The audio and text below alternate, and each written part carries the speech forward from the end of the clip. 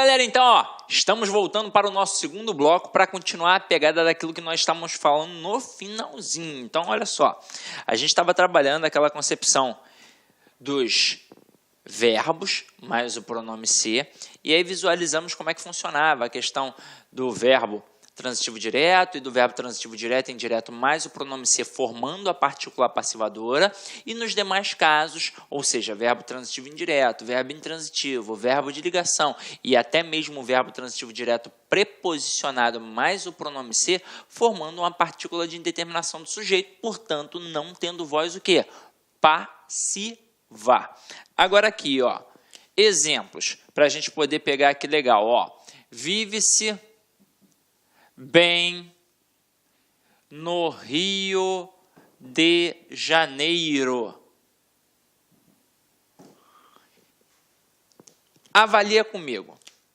Primeira coisa, pensar no verbo. Quem vive simplesmente vive. Então, verbo intransitivo. Verbo intransitivo mais o pronome ser, eu tenho um PIS.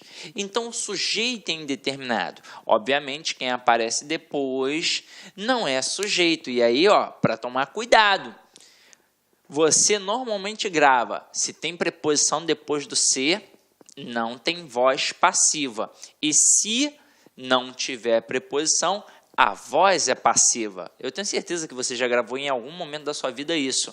Aí, tem preposição? Não tem, e a voz não é o quê? Não é passiva. Então, se liga só. Se o verbo é intransitivo, a gente já definiu que o sujeito é indeterminado, eu preciso classificar sintaticamente os termos que aparecem depois da estrutura verbal. Mas aí você já deve ter aprendido isso comigo em transitividade verbal. Se a gente tem elementos atrelados aos verbos intransitivos, eles meramente indicam circunstâncias. E aí, por isso, eles vão funcionar como adjuntos adverbiais. Bem, funciona como adjunto adverbial de modo, porque é como o cara vive, é o modo como ele vive, ou seja, ele vive bem. E no Rio de Janeiro será um adjunto adverbial de lugar, porque é a localidade em que ele vive. Tranquilo? Agora, mais um pouquinho aí a pegada. Eu coloco assim, comeu-se o bolo. O bolo foi comido. Então, verbo transitivo direto, mais pronome ser, particular passivadora. E o bolo, obviamente, é o quê? É um sujeito. E agora vem o creme de la creme. Comeu-se do bolo. Quando eu tenho um verbo que é transitivo direto, mais o pronome ser, teoricamente, o que a gente deveria ter? Uma particular passivadora. Mas, ao olhar para a estrutura que aparece depois, a gente percebe que tem uma preposição. E eu jamais posso ter um núcleo de sujeito preposicionado. Então, se aqui não pode funcionar como sujeito, aqui não vai poder funcionar como PA. Afinal de contas, é uma correlação, é um par. Só existe PA a partir do momento que existe sujeito paciente. Só existe sujeito paciente a partir do momento que existe PA. Se aqui não pode ser sujeito, aqui não pode ser PA. E se não pode ser PA, aqui será o quê? PIS. Então, será uma estrutura em que o sujeito é indeterminado. E aí eu vou gravar aquele cara ali como? Como objeto direto preposicionado. Claro que semanticamente você já deve saber a diferença. Comeu o bolo todo. Comeu do bolo, um pedaço do bolo, uma parte do bolo. Mas aqui a gente não vai ter uma estrutura de voz passiva. Tranquilo? Agora, olha só uma parada bacana e interessante para a gente poder trabalhar. Eu boto assim, vence casas. Parando para analisar,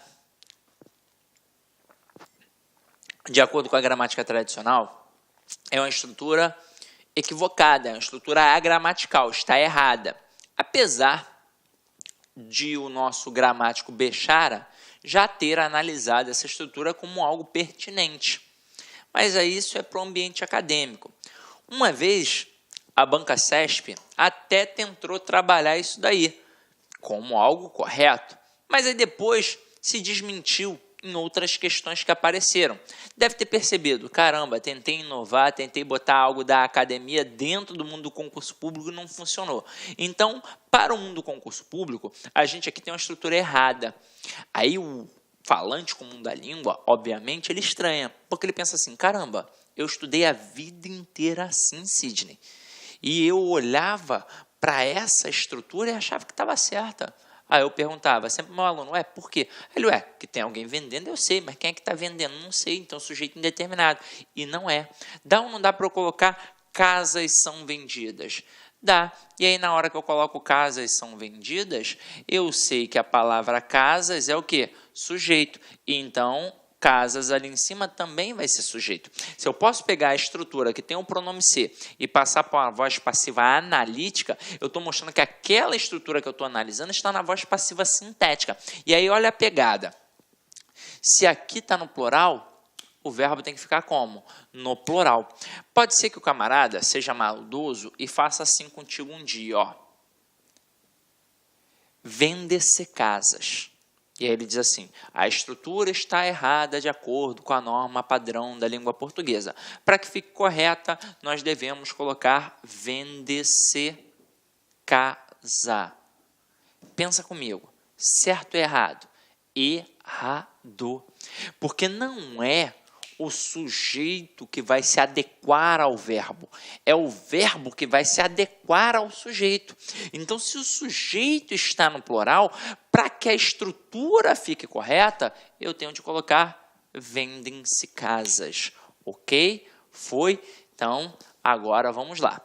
Para a gente agora continuar a nossa pegada, acredito que a teoria básica a gente já aprendeu. Então, eu preparei um quadrinho bem bacana para vocês e aí depois a gente vai cair para dentro das questões de concursos públicos, tranquilo? Então, acompanha aqui comigo. Os tempos e modos verbais da ativa permanecem na passiva. Então, vamos lá. Indicativo. Então, eu tenho compra, é comprado. Comprou, foi comprado. Comprava, era comprado. Comprará, será comprado. Compraria, seria comprado. Então, a gente aqui no indicativo trabalha todas as estruturas. A gente trabalha o presente, a gente trabalha o pretérito perfeito, a gente trabalha o pretérito imperfeito, a gente trabalha o futuro, a gente trabalha, o pretérito imperfeito, o mais perfeito e por aí vai. Então, meu companheiro, tudo aqui no indicativo, quadrinho que você pode acompanhar. Aqui no subjuntivo, compre, seja comprado. Comprasse, fosse comprado. Comprar, for comprado. E isso aqui você já domina legal. Agora, aqui, nas locuções verbais, é que de vez em quando o aluno derrapa. Porque quando eu tenho um verbo que está sozinho, como eu já mencionei com vocês lá no primeiro bloco, a gente transforma aquele verbo numa locução verbal. Agora, e quando eu tenho uma locução verbal, como aqui, por exemplo, tenho comprado. Reparem que a locução verbal da voz passiva, ela apresenta o verbo ser mais o particípio. Quando eu coloco tenho comprado, tem verbo ser? Não, não tem verbo ser. Não tem, eu tenho aqui duas estruturas e não apareceu o verbo ser. Para que eu possa colocar numa voz passiva analítica essa locução, eu vou ter que pegar e vou ter que acrescer o verbo ser. Então, tem sido comprado. E por aí vai, Quer ver, Tinha comprado. É uma estrutura que tem uma locução verbal, mas é uma locução verbal de voz ativa. Porque não tem o quê? Não tem o verbo ser. Agora aqui, tinha sido comprado. Agora passa a ser uma voz passiva, porque passou a entrar o quê? O verbo ser. Depois aqui, deve comprar. Não é voz passiva, porque não tem o verbo ser. Para ficar como voz passiva, deve ser comprado. Então, sempre tende a aparecer o verbo ser para que você possa perceber que é uma estrutura de voz passiva. Não basta aparecer uma locução verbal. Apareceu uma locução verbal, tenho comprado, então voz passiva, né, Sidney? Não. Para que seja uma locução de voz passiva, você tem de ter ali no meio da estrutura um verbo ser na estrutura auxiliar. Ok? Show? Então, agora eu acho que a gente já matou tudo e agora a gente vai cair para dentro. Depois, com calma, você vai analisar todas essas possibilidades aqui na aula de tempos e modos verbais, tá? Então, vamos lá. Primeira questão aí para a gente começar a brincar, galera.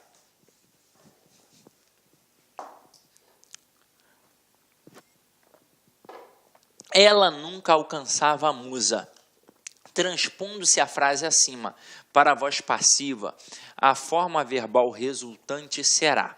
Então, ele nem se preocupa com a passagem toda, ele só se preocupa com a estrutura verbal, que está relacionada aqui, ó, ao alcançava. E aí, gente, a gente mata fácil, porque na hora do cruzamento, eu só mexo no ela e só mexo na musa. Porque é o seguinte, o nunca é uma estrutura adverbial, um advérbio de negação.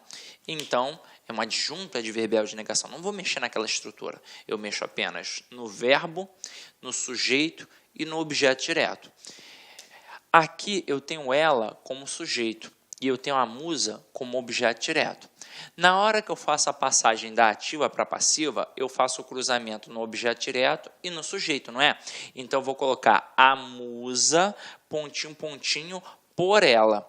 Então, dentre essas opções aqui, ó, que me foram apresentadas, e todas elas apresentam locuções verbais em que o verbo auxiliar é o verbo ser e o principal está no particípio, eu vou ter, na verdade, apenas de me apegar ao tempo e ao modo verbal. Ali, reparem que vem do verbo alcançar e apresenta o famoso vá. Então, eu tenho um pretérito imperfeito do indicativo.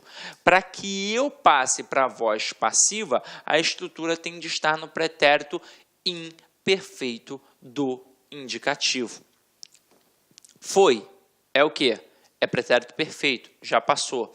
Fora é pretérito mais que perfeito. Seria é futuro do pretérito e era pretérito imperfeito do indicativo. Então, o nosso gabarito é a letra D. Caraca, sim, gente, tenho muita dificuldade nisso.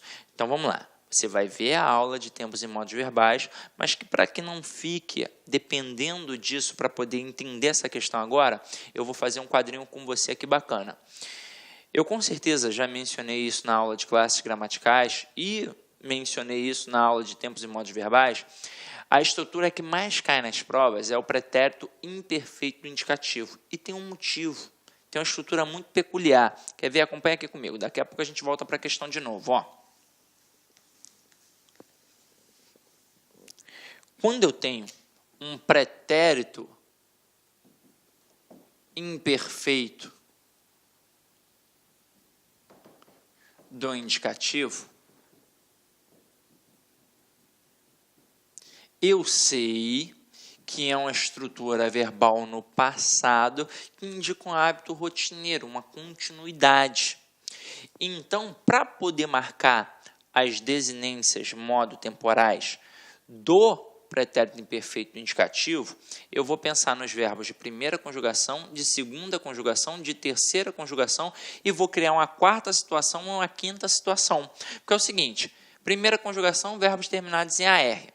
Segunda conjugação, ER. Terceira conjugação, IR. Se a gente fosse pela pegada tradicional, a gente iria colocar o OR ali na segunda. Só que é o seguinte, aqui, para a gente poder pensar nessa questão da desinência modo temporal, a gente vai pensar na questão do verbo regular e dos verbos irregulares, que vão ter um tratamento diferenciado aqui agora.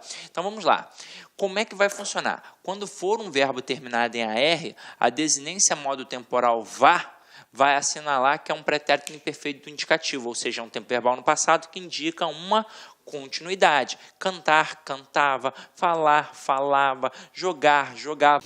Olá, meus amigos, minhas amigas, sou o professor Luiz Antônio de Carvalho e com muito prazer, muita satisfação, estou aqui para convidá-lo a conhecer o nosso grande curso da Polícia Judiciária Civil de Mato Grosso. Nós aqui da La Concurso, nós temos uma tradição muito grande nesse concurso. No concurso 2013 e 2014, nós tivemos aí quase 500 alunos chamados da LAC Concursos. Esse curso nosso, pré-edital, completaço, 120 dias de acesso por apenas 10 parcelas de R$ 35. É isso mesmo, 10 parcelas de R$ 35, você vai ter uma oportunidade ímpar na sua vida de ser policial civil de Mato Grosso. Bacana, meus amigos? Então, espero vocês. Peço que vocês cliquem aqui embaixo, tem um link para fazer a sua matrícula da LAC Concurso. Forte abraço, fique com Deus. Tchau, tchau. Clique lá.